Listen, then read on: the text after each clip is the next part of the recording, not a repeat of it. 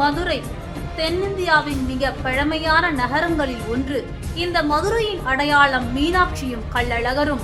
நிறைந்த முழு பௌர்ணமி நாளில் முகமெங்கும் ஒளி வீச பட்டாடை கட்டி கோவிந்தா கோஷம் முழங்க மதுரையில் எழுந்தருளும் கள்ளழகரை காண கண்கோடி வேண்டும். மீனாட்சியும் கள்ளழகரும் மதுரை மக்களின் வாழ்வியலோடு ஒன்று கலந்தவர்கள். இங்கு ஆண்டுதோறும் திருவிழாக்கள் நடைபெறும் என்றாலும் இங்கு நடைபெறும் சித்திரை திருவிழாவுக்கு என்றுமே மங்காத புகழ் உண்டு. நாட்டில் மத நல்லிணக்கத்தை வலியுறுத்தும் திருவிழாவாக கொண்டாடப்படும் சித்திரை திருவிழாவின் பின்னால் இருக்கும் வரலாறு என்ன? மதுரையில் அழகர் கோவில் கொண்டது எப்படி? மீனாட்சி திருக்கல்யாணத்திற்கும் கள்ளழகர் ஆற்றில் இறங்கும் வைபவத்திற்கும் பின்னால் இருக்கும் தொடர்பு என்ன? இது தொடர்பாக புராண காலம் தொட்டு வழங்கி வரும் மரபு வழி கதைகளை தெரிந்து கொள்ளலாம். தமிழ் மண்ணின் சொந்தங்களுக்கு தமிழ் மண்ணின் மகள் தீப்தியின் இனிய வணக்கங்கள். நீங்க இப்பதான் ஃபர்ஸ்ட் டைமா நம்ம சேனலை பாக்குறீங்க அப்படின்னா மறக்காம சப்ஸ்கிரைப் பண்ணி இதே போல இன்னும் நிறைய ஹிஸ்டரி வீடியோஸ்க்கு தொடர்ந்து வீடியோவை ஸ்கிப் பண்ணாம பாருங்க. ஆண்டுதோறும் ஆயிரக்கணக்கான திருவிழாக்கள் நடைபெறும் தான் என்றாலும் அழகரின் சித்திரை திருவிழா என்றாலே மதுரையே களைகட்டும். அதனால்தான் மதுரை சித்திரை திருவிழாவை திருவிழாக்களின் திருவிழா என அழைக்கிறார்கள். மதுரைக்கு வடக்கே 21 கிலோமீட்டர் தொலைவில் அமைந்திருக்கிறது அழகர் மலை. இந்த மலையை சங்க இலக்கியமான சிலப்பதிகாரம் சோலைமலை திருமாலிருங்குன்றம் என வர்ணிக்கிறது. இருங்குன்றம் வனகிரி என இந்த மலைக்கு பல்வேறு பெயர்கள் உண்டு. இங்குதான் திருமால் கள்ளழகராக கோவில் கொண்டிருக்கிறார். ஆழ்வார்களால் மங்களாசாசனம் செய்யப்பட்ட அழகர் கோவில் 108 வைணவ திவ்ய தேசத்தில் 129வது திருத்தலமாகும். கேரள கட்டிடக்கலை அமைப்பில் வட்ட வடிவமான கருவறையில் அமையப்பெற்ற இக்கோவிலில் இறைவன் சுந்தரராஜ பெருமாளாகவும் தாயார் சுந்தரவள்ளி தாயாராகவும் அருள்பாலிக்கிறார்கள். பாண்டிய மன்னர்கள், விஜயநகர மன்னர்கள், மதுரை நாயக்கர்கள் போன்றோர் இந்த கோவிலுக்கு திருப்பணிகளை செய்திருக்கிறார்கள். இந்த மதுரை அழகர் கோவிலில் காவல் தெய்வமாக 18ஆம் படி கருப்பசாமி இருக்கிறார்.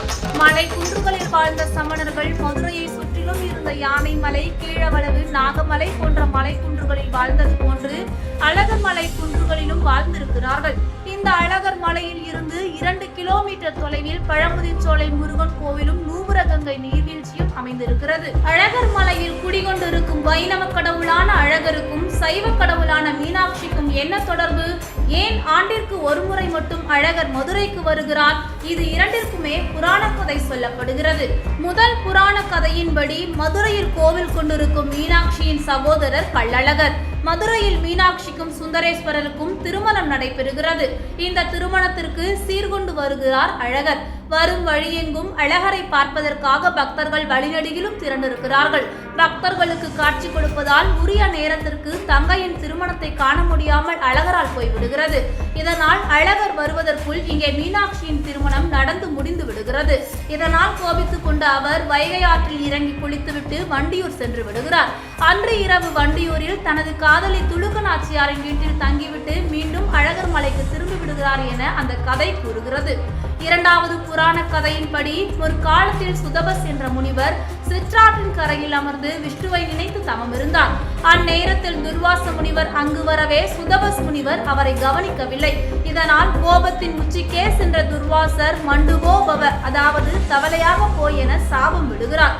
தான் செய்த பிழையை மன்னித்து சாப விமோச்சனம் அளிக்கும்படி சுதபஸ் முனிவர் துர்வாசரிடம் கேட்கவே மனம் இறங்கிய துர்வாசர் தேனூரின் வைகை ஆற்றின் கரையில் தவம் செய். சித்ரா பௌர்ணமி நாளில் பெருமாள் ஆற்றில் இறங்கும் வைபவத்தின் போது உனக்கு பாவ விமோச்சனம் கிடைக்கும் என சொன்னார். அதன்படியே துர்வாசர் வைகை ஆற்றின் கரையில் தவளை வடிவில் தவம் செய்தார். தனது பக்தரான முனிவரின் வேண்டுதலுக்கு இறங்கிய பெருமாள் ஒரு சித்ரா பௌர்ணமி நாளில் தேனூர் வைகை ஆற்றில் தவம் செய்து கொண்டிருந்த சுதபஸ் முனிவருக்கு சாப விமோச்சனம் தந்தார் என அப்புராண கதை கூறுகிறது. இப்படி அழகர் ஆற்றில் இறங்கும் திருவிழாவும் மதுரை மீனாட்சி திருக்கல்யாணமும் வேறு வேறு திருவிழாக்களாக 400 ஆண்டுகளுக்கு முன்பு வரை இருந்தது. இந்த 2 திருவிழாக்களையும் ஒன்றிணைத்து திருமலை நாயக்கர் அவரது ஆட்சி காலத்தில் சித்திரை திருவிழாவாக்கினார். அதற்கு காரணம் பல காலமாகவே சைவ வைணவ எதிர்ப்பு போராட்டங்கள் இருந்தன. இந்த இரு சமயங்களையும் ஒன்றிணைக்கும் முயற்சியாக இந்த திருவிழாக்கள் ஒன்றிணைக்கப்பட்டன. மாசி மாதம் நடைபெறும் மீனாட்சி திருக்கல்யாண வைபவம் மதுரை நகருக்குள்ளேயே முடிந்துவிடும். அதே போல அழகர் ஆற்றில் இறங்கும் வைபவம் வைகை ஆற்றின் அக்கறையிலேயே முடிந்துவிடும். இந்த இரு திருவிழாக்களை ஒன்றிணைப்பதன் மூலம் சமய வளர்ச்சிக்கு மேலோங்குவதோடு நாட்டின் பொருளாதாரமும் மேம்படும். இத்தகைய காரணங்களுக்காகவும் தை முதல் மாசி வரை அறுவடை மாதமாக இருப்பதால் திருவிழாவை விவசாய பெருமக்கள் அறுவடை முடியாத நிலையில் காண முடியாமல் இருந்தனர். சித்திரை மாதத்தில் அறுவடை முடிந்து மக்களிடத்தில் பணப்புழக்கமும் அதிகமாக இருந்தது. எனவே திருமலை நாயக்கர் மீனாட்சி திருக்கல்யாணத்தையும் அழகர் ஆற்றில் இறங்கும் வைபவத்தையும் ஒன்றாக்கி சித்திரை திருவிழாவாக்கினார். மொத்தம் 12 நாட்கள் நடைபெறும் இந்த சித்திரை திருவிழாவின் முதல் 2 நாட்கள் கோவிலில் இருக்கும் அழகர் 3ஆம் நாள் மதுரையை நோக்கி தனது பயணத்தை துவங்குவார். ஆரம்ப காலத்தில் கோவிலில் இருந்து தனது பயணத்தை துவங்கும் அழகர் அலங்காநல்லூருக்கு வந்து சேருவார். அலங்காநல்லூரில் அழகருக்கு அலங்காரம் நடைபெறும். அதனால்தான் இது துவக்க காலத்தில் அலங்காநல்லூர் என அழைக்கப்பட்டு பின்னாளில் அலங்காநல்லூராக மாறியது. இந்த அலங்காநல்லூரில் இருந்துதான் அழகர் கள்ளழகராக மாறுகிறார். அதற்கு காரணம் தங்கை மீனாட்சிக்கு அழகர் சீர்கொண்டு போகும்போது வரும் வழியெல்லாம் அக்காலத்தில் காடுகளாக இருந்தன. அதனால் அதனை கள்ளர் சமூகத்தை சேர்ந்தவர்கள் மீனாட்சிக்கு கொண்டு செல்லும் கோவில் நகைகளை கொள்ளையடிக்க முயற்சி செய்ததாகவும் இதனை தடுக்க திருமலை நாயக்கர் கோவில் சொத்துக்களை பாதுகாக்கும் பொறுப்பை இந்த கள்ளர் சமூகத்தை சேர்ந்தவர்களுக்கே ஒப்படைத்ததாகவும் இதனை நினைவு கூறும் விதமாக கள்ளர்களின் வேடமான கள்ளர் கொண்டை, கையில் வளைத்தடி, இடுப்பில் ஜமதாடு, கையில் குத்தீட்டி, காதில் கடுக்கன், காங்கு எனப்படும் கருப்பு புடவை ஆகியவை அணிந்து கள்ளர் தோட்டத்தில் விதவிதமான ஆயுதங்களோடு கள்ளர் வேடம் அணிந்து மதுரையை நோக்கி அழகர் பயணப்படுவார். அழகர் கள்ளழகர் வேடமிட்டு வருவதால் அழகர் பெயர் கள்ளழகராக மாறியது. அலங்காநல்லூரில் இருந்து கிளம்பும் அழகர் தேனூரில் மண்டுக மகரிஷிக்கு சாப விமோசனம் அளிக்கிறார். பின்னர் அங்கிருந்து தல்லாக்குளம் வரும் அழகருக்கு ஊர் மக்கள் மரியாதை செய்கிறார்கள். இப்படி சித்திரை திருவிழாவின் ஒவ்வொரு நாளும் ஒவ்வொரு திருவிழா நடைபெறும். இந்த விழாவின் போது சுற்றுவட்டாரத்தில் இருந்து 10 லட்சத்திற்கும் அதிகமான மக்கள் மதுரையில் ஒன்று கூடுவார்கள். அழகர் ஆற்றில் இறங்கும் நாளின் போது அந்த ஆண்டு அழகர் எந்த பட்டு உடுத்துகிறாரோ அதனை பொறுத்தே அந்த ஆண்டு இருக்கும் என்பது மக்களின் கணிப்பு.